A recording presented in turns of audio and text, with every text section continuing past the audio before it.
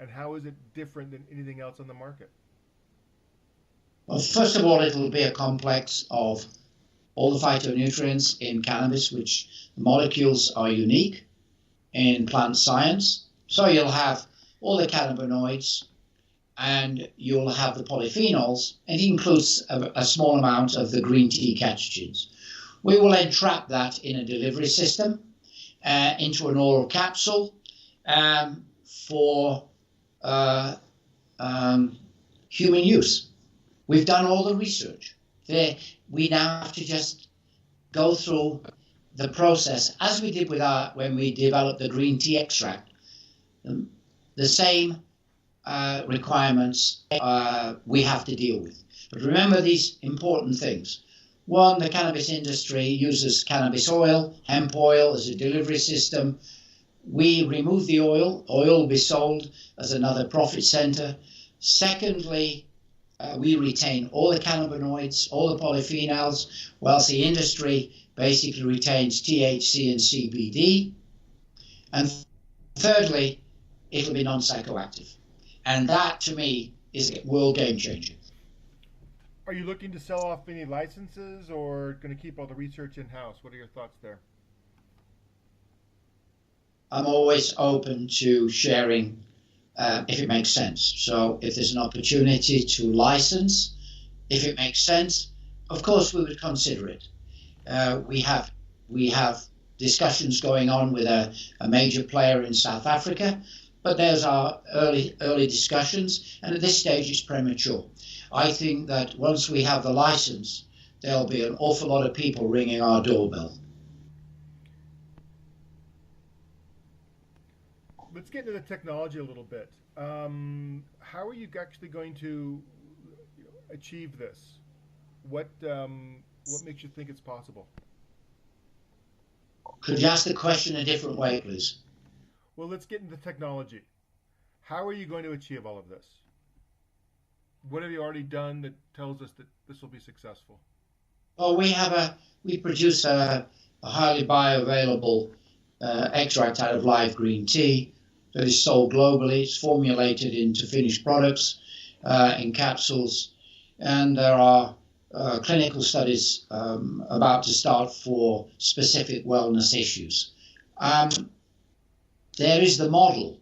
The difference is that we will use improved science, improved technologies that didn't exist when we developed this current manufacturing facility, because science has advanced and we're able now to streamline the manufacturing and process system and eliminate some of the major challenges. And that includes elimination of the oil, elimination of solvents, which the industry uses, or supercritical extraction, and also we're able to take those phytonutrients and deliver them as a complex, as a powder.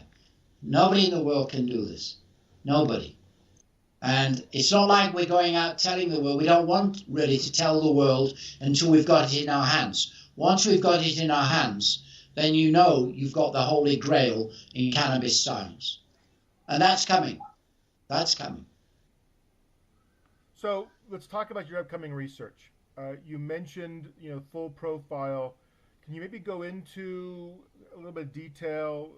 I don't want to get too scientific here with everybody, but maybe you can talk about some of the precursor acid forms and what this means to you from a production standpoint and really from a research standpoint, where this is leading us. There's an awful lot of ignorance and stupidity abundant with those in the cannabis industry, because the cannabis plant is not psychoactive, and it's only psychoactive, as I said earlier, when you dry it or you take the temperature over 100 degrees. So the THC molecule and the CD molecule do not exist in the plant when it's alive. They are in the acid form, which is the delivery system for producing all the cannabinoids. So the cannabinoids are produced through these acids. So when you dry those acids, you convert them to the full molecule, which is THC or CBD. We will not convert those acids. And there's an abundance of science out there that shows by retaining these acids, they have similar inhibiting activities as the full THC-CD molecules. But the science is limited because very few investigations have ever been conducted. But it's very clear that if you deliver to your blood plasma, which we're able to do, through the science that we delivered with the green tea, where these catechins will be delivered to the blood plasma and they'll stay for more than 24 hours. Whereas the other cannabinoids that are being produced have poor bioavailability and do not stay in the blood for a long period of time, you will see that we will have efficient scavenging of numerous diseases that the whole world has been beating the drum about, including neuron disorders, cancers, sleep disorders, pain, and a multitude of others, because remember, you're also supplying the complex, which includes the other polyphenols, which have different activities, including your body. When you look at the literature, and you can go on the internet and you can pull up THCA, THCB acids, you will see that these are the delivery system for the cannabinoids. And that is the key to our science, that we're able to keep them in the form that they are in nature, together with everything else they've produced, and deliver it to the human body as an army of antioxidants for therapeutic activities. That is what's so amazing. And yes, it's taken a long time, and we still don't have the license, but the license will come very shortly. But I can assure you that we will have a product, once we have that license, that will take the world by storm in specific wellness issues. Thank you, Roger. Now, one thing before we wrap up here, we're running out of time, but we've been asked by several investors, shareholders, who are concerned about the dilution that took place in the first quarter. What can you tell us about the company's plans going forward with respect to stock issuances and additional dilution? Yeah, well, I'm aware of the dilution in the first quarter, and obviously the company's been restructuring. But in fact, in the second quarter, there's only been approximately 18 million shares issued, and that's since the end of March. And for the entire second quarter period, we anticipate issuances to be less than a few percent of total issued and outstanding. I can also confirm that no insider or affiliate has sold stock. In fact, our shares are placed in an irrevocable trust. And lastly, what is very important is that I'd like to continue with this dialogue so that shareholders and potential shareholders and investors can be updated on a regular basis so they can fully understand what's going on with this company. If we have open dialogue, open communication, and if the questions given by the shareholders have credence and merit, I'll be very happy to answer. I'd lastly like to say this, that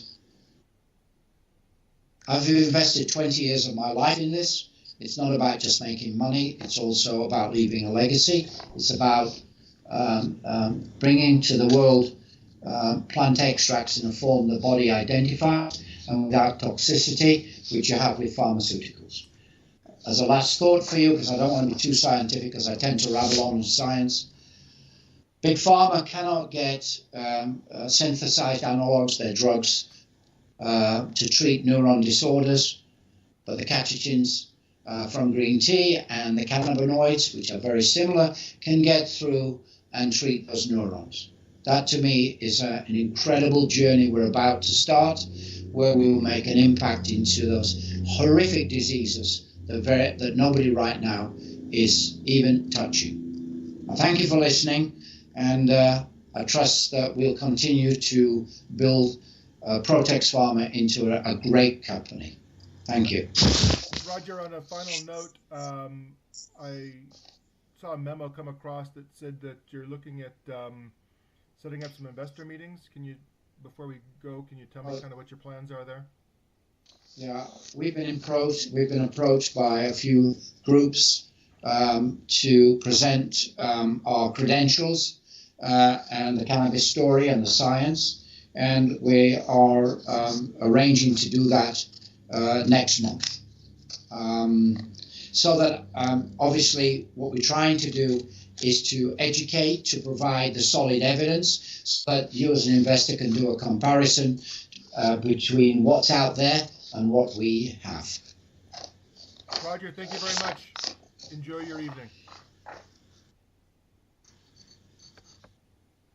Well, that wraps it up for this podcast. I'd like to take a moment to read the safe harbor disclaimer. Please note that the discussion today contains certain forward-looking statements made under the safe harbor provision of the U.S. Private Securities Litigation Reform Act of 1995. These forward-looking statements are subject to risk and uncertainties that may cause actual results to differ materially from our current expectations. Protex does not assume any liabilities or any obligations to update any forward-looking statements except as required under applicable law.